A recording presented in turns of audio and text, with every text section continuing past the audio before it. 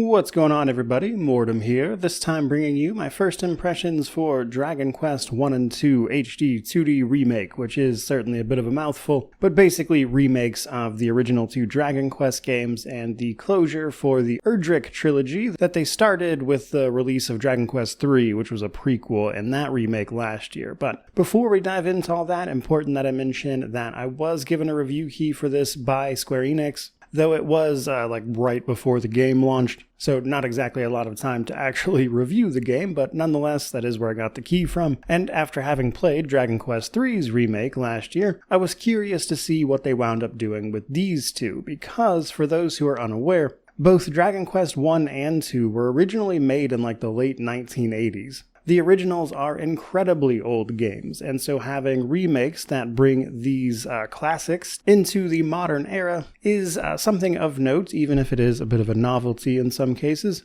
Because as first impressions go, I would say if you're coming straight from the third game, probably the first thing you'll notice is that the first game, Dragon Quest I, is incredibly simplistic, which is, to be fair, the case for the original version as well. But Dragon Quest II, which you can pick from the main menu, so you can just jump straight to that one if you would prefer, is the one that has things like, a traditional party, sea travel, etc. And so going from 3, which is really more of a traditional JRPG experience that you'd probably be familiar with now, to 1, where you're basically just playing a single character, fighting random battles with very minimalist, I would say, systems across the board, it might feel a little bit jarring, or at least it was for me initially. However, despite that, there are certainly some quality of life features that are apparent pretty much immediately. So these include things like, for starters, just a blanket invincibility mode if you would prefer to do that, though I would say at least on normal, the first game is very easy so far. I haven't really needed to do anything like that, but I did mention normal there, and that's because there are effectively 3 different difficulties, easy, normal, and hard, on top of the invincibility. However, it doesn't stop there in terms of interesting features on that front, because another thing you can do is choose to have the objectives marked on your map or not. As Dragon Quest 1, 2, etc., those were games that did not really give you a super clear direction in terms of where to go most of the time. Rather, the world was pretty open and available to you pretty much from the beginning of the game, and what was going to hem you in was your ability to fight monsters along the way. So in order to provide a little more guidance, you have features like showing the objectives on the map, as I mentioned. If you want to take it a little bit farther than that, even, you can turn off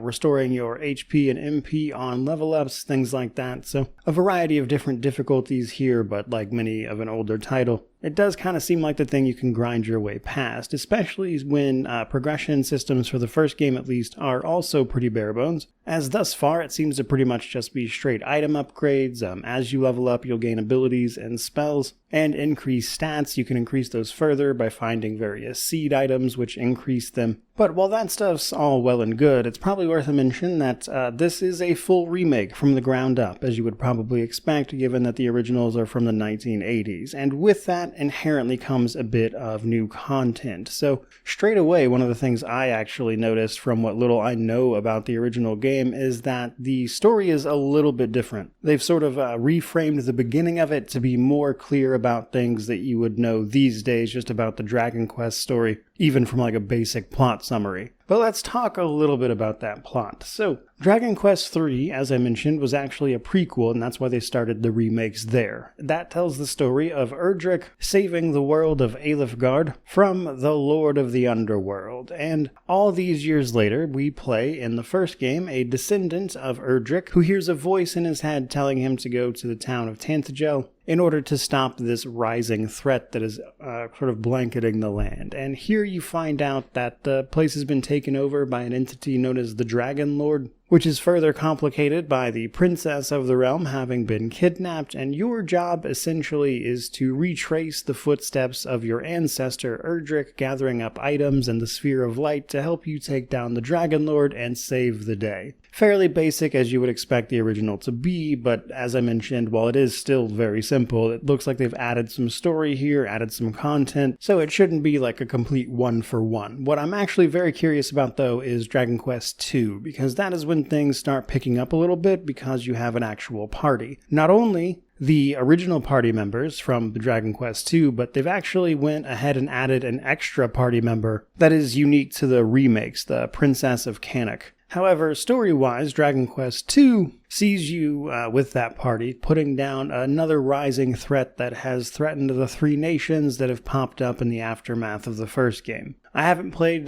much of the second one at all really ahead of time here, though I will wind up covering it in the review. And one thing I'll be really curious to see is just how much the progression mechanics evolve, if at all, across those two things, because 3 had like an entirely new job with the monster wrangler and all these other mechanics and all this side content that they added, some of which used the new profession or the job, the monster wrangler. Whereas the first game here mostly just seems like a remake and, all these quality of life features to basically tell what that original story was while making it a little easier, but also not exactly trying to reinvent the wheel. And it's just going to be interesting to me, at least, to see if the second game manages to bridge the gap between those two. Especially since, just things like even world map traversal with the original game are basically just down to like the towns and locations and then just some small secret areas, whereas the second game brings in like ship travel. But sort of bringing some of that together, as it stands, this game, or these two games, are selling for $60, and they are full remakes, obviously. And it'll certainly be interesting to see whether or not they can live up to that price tag all these years later, even in this form.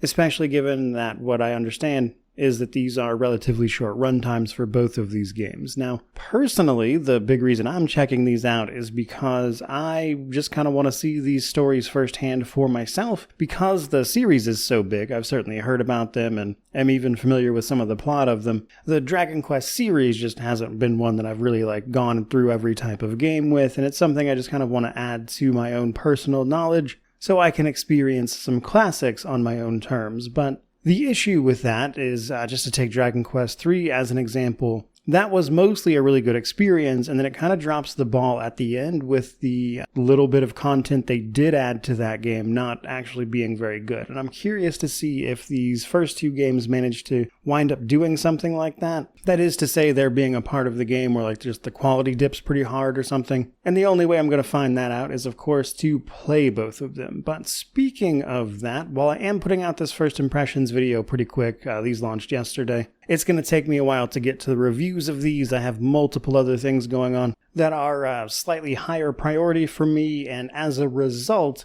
it is highly likely I won't get to this until late November or sometime in December even. Which, truth be told, is kind of exactly what happened with the first one, Dragon Quest III, actually, so we'll see how it winds up, but either way, I'm looking forward to jumping into these. These games have a huge legacy of what they did for JRPGs as an example, and I want to experience those for myself. And hopefully, when I do that, they'll live up to the price tag, but only time will tell on that one. But for today, that's pretty much all I've got for you guys. Certainly hope you enjoyed the video. I'd love to know what you guys think of these remakes down below, if you've played them or are planning to, or just of interest, I guess, to you. So by all means, leave a comment about it, which obviously means to like, comment, subscribe, all the YouTube jazz. But regardless of any of that, truly, just thank you so much for watching. I really do appreciate it. May you wander in wisdom and have an amazing day.